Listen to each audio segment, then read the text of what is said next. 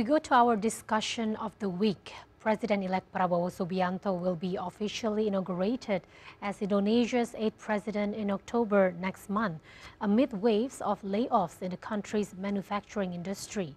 The people are waiting for his breakthrough to revive the sluggish industry and to create more jobs.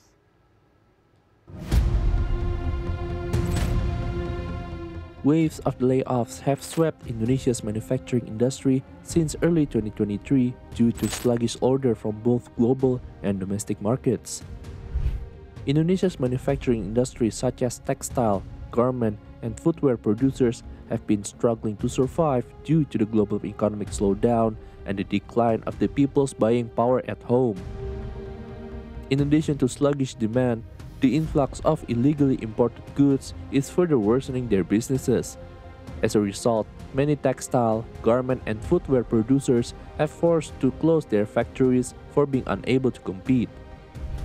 According to the Ministry of Manpower, layoffs rose by nearly 24% during January to August 2024 to 46,240 from 37,375 during the same period last year. Manpower's Minister Ida Fauzia said the highest number of layoffs occurred on the manufacturing sector, particularly in the textile, garment, and footwear industries. The largest number of layoffs occurred in Central Java, as more than 20,000 people lost their jobs during the January to August period. The second largest number was recorded in Jakarta, where about 7,400 workers were laid off. The number of layoffs could reach 70,000 people by the end of this year, as no signs of improvement in the manufacturing industry. The decline of the manufacturing industry can be seen from the country's Purchasing Managers Index, or PMI.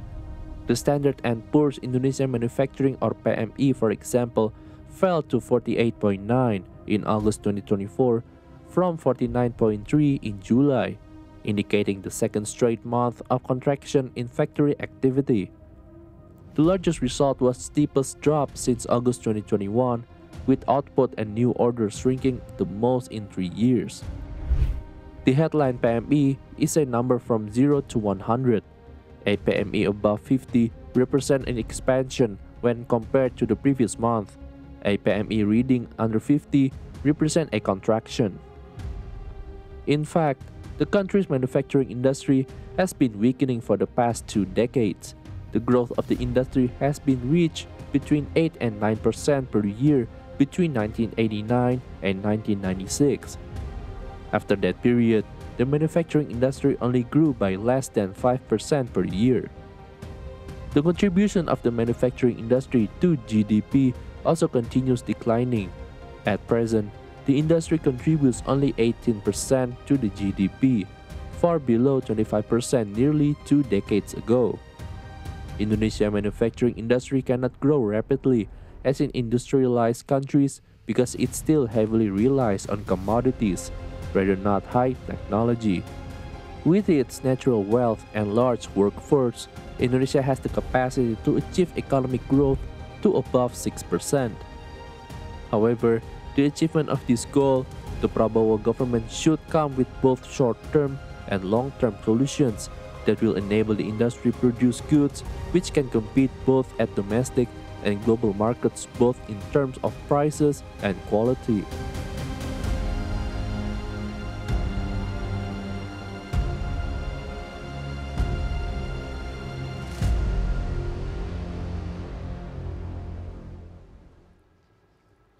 It's time for our weekly dialogue now on economic outlook. Waves of layoffs have swept Indonesia's manufacturing industry since early 2023 amid the closures of many textile and garment factories due to sluggish orders, both from global and domestic market. And today we have in our studio Bapak Nailul Huda, a senior economist at Center of Economic and Law Studies, or CELIOS. We will talk about the problems behind the country's sluggish manufacturing industry. Welcome, Pak Nailul. Thank you so much for being here again on Economic Outlook. You're welcome. Pak Nailul, based on our statistics, there are more than 46,000 workers that have lost their jobs from January to August this year. due to the closures of many textile garment factories. Why are there so many layoffs taking place in the manufacturing industry at the moment? Okay, I think it happened because of two factors, external and internal factors. And you know about the external factor is the economic growth on China is going down.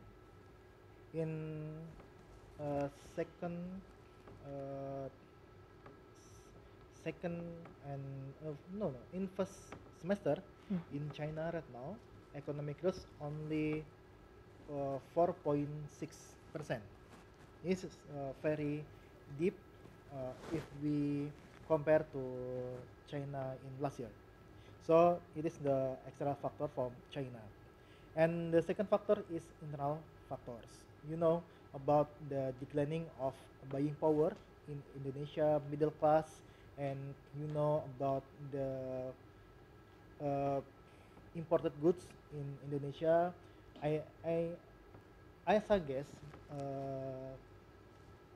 government will know about the data for our middle class, because if our middle class is going down, their contribution on consumption is bigger than any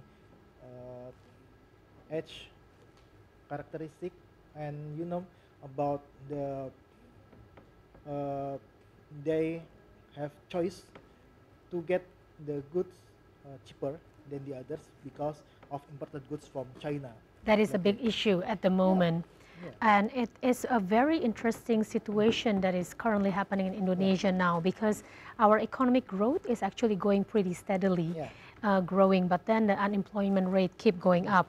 Now, the collapse of many textile and garment factories could result in an even bigger unemployment problem, because new investment apparently have failed to create enough jobs for the people. What policies should then be taken by our government to help our unemployment rate from keep on going increasing? Yeah, first because our economic growth is didn't have good quality. Quality in this term is means to our economic growth didn't create jobs. You know, in the past, if 1% economic growth, they can make for 40% for a job seeker and jobs. And you know, today 1% of economic growth only absorb almost only 100,000. Sorry, 100,000. So it is very biggest problem in Jokowi regime, and you know it is because of the Indonesian and the others. And so if you ask to me about how government must do, the first is demand stimulate. You know about the demand stimulate, our demand, our household demand contribute about 50% of our GDP. So it is very important for our government to create domestic demand. And the second is the improving business environment, because you know about the business environment is important for investor and the others to create the investment in Indonesia. And so and the third is supporting SMEs also, because our economy in our economy, SMEs are very central, very vital to our economy. About 60% of our GDP from SME sector. So I think there is three policy that government must do if they want to make more job in our economy based on economic growth. Well, it is very ironic because, you know, some of the people working in a small and medium enterprises, they're saying that this is not a fair game. I mean, like, even though our quality of our product is actually pretty good, but when all these imported goods keeps coming in from outside of Indonesia, in particular from China, and the price is incredibly low. I mean, how could you compete with that? And this seems to be an ongoing problem at the moment, and the government has yet to solve this illegal import problems. Why is it so difficult to counter this problem? I mean, this has been happening for so many years now, and in fact, after COVID, it keeps increasing. What is the solution to this? Yeah, I think we must talk about the why imported goods have big contribution in our market. Because one, our consumer is price consumer goods. So if we like me, if we want to buy something, we must see the price of the product. Price oriented, which is very normal. Yeah, price oriented. So we can see the information about price on one e-commerce to other e-commerce, one outlet to other outlet. So it is because price of imported goods is more cheaper than local goods. This is the factor. So I think it is very important to our government to make the restriction policy for our local goods, and about the imported goods have cheaper price than local one. So I think government must create the policy that can protect our local product. And about I think government have several policy to protect our product, but it's difficult to implement that because there is some problem on our custom. Exactly. Yeah. I mean, we're not just talking about like imported products that are cheaper, but we're speaking about a massive quantity of illegal imported products. The problem is with the custom, as you mentioned just now. How can we push the government to solve this issue, to tackle this major issue? It matters to coordination about our ministry, because custom is under Ministry of Finance, and export import function under Ministry of Trade, and the other ministry has several each function. So this is very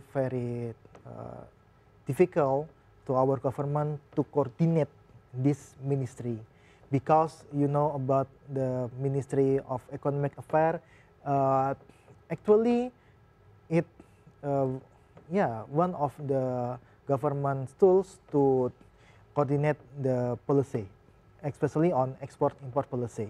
So I think this is because of the coordination of our ministry is weak.